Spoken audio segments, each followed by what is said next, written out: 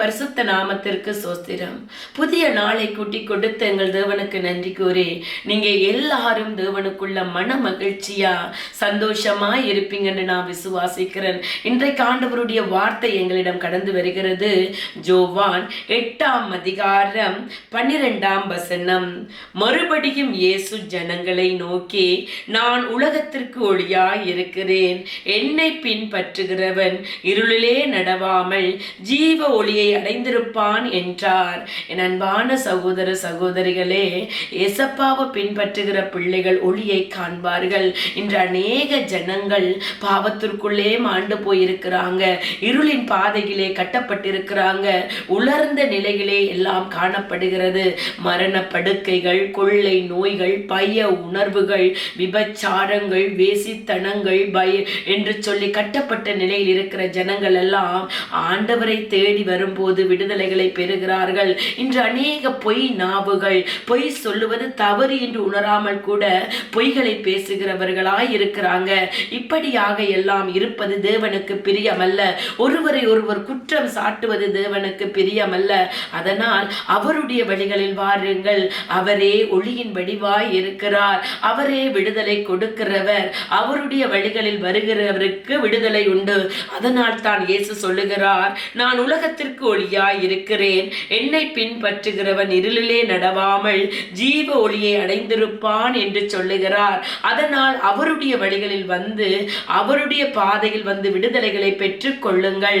இப்படியாக நாங்கள் வாசிக்கும் போது அதிகாரம் 8ஆம் அதிகாரத்திலே 3 11 வரையும் வாசிக்கும் போது, அப்பொழுது விபச்சாரத்திலே கண்டுபிடிக்கப்பட்ட ஒரு ஸ்திரியை வேதக பாரகரும் பரிசேயரும் அவரிடத்தில் கொண்டு வந்து அவளை நடுவிலே நிறுத்தி, போதகரே, இந்த ஸ்திரீ விபச்சாரத்தில் கையும் மெய்யுமாய் பிடிக்கப்பட்டால் இப்படிப்பட்டவர்களை கல்லெறிந்து கொள்ள வேண்டும் என்று மோசே நியாயப்பிரமாணத்தில் நமக்கு கட்டளையிட்டிருக்கிறாரே, நீர் என்ன சொல்லுகிறீர் என்றார்கள்.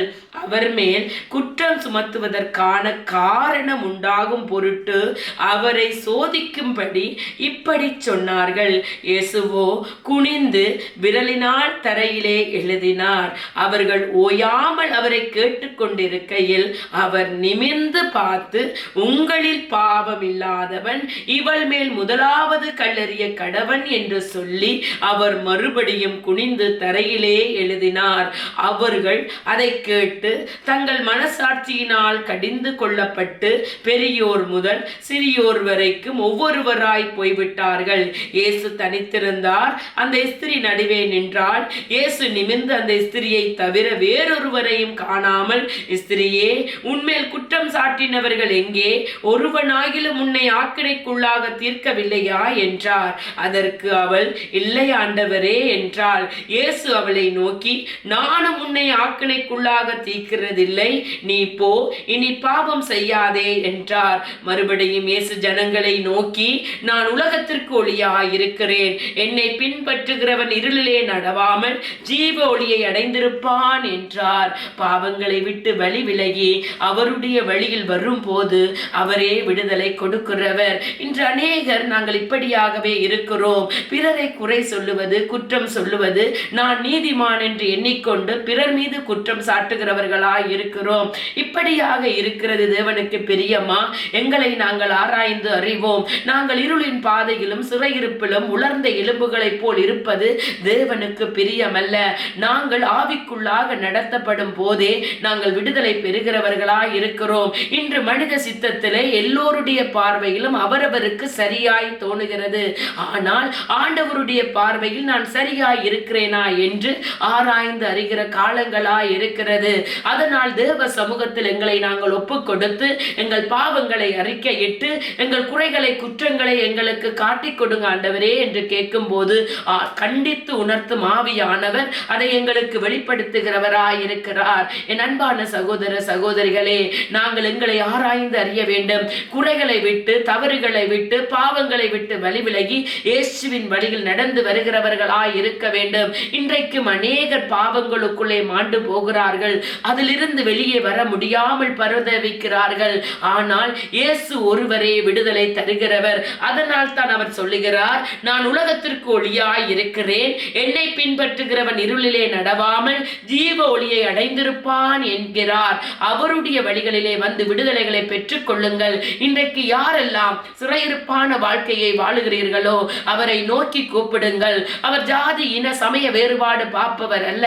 அவரை நோக்கி கூப்பிடுகிறவர்கள் சிறையிருப்பில் இருந்து விடுதலைகளை பெற்று ஒளியின் பாதையில் நடந்து வருகிறார்கள்.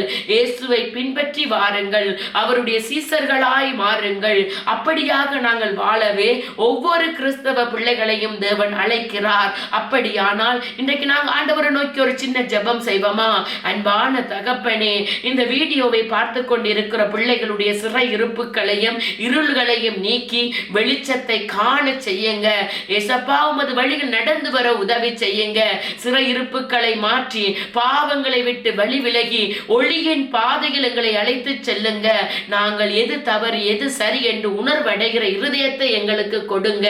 பாவங்களுக்கு வழி விலகி எங்களை காக்கிற தேவனுக்கு நாங்கள் நன்றி சொல்லி இயேசுவின் நாமத்தில் ஜெபம் கேட்டு நிற்கிறோம் பிதாவே, ஆமேன். நீங்கள் எல்லோரும் மிகவும் விசேஷமான நீங்க ஆண்டவருடைய பாதையில் நடந்து வாங்க.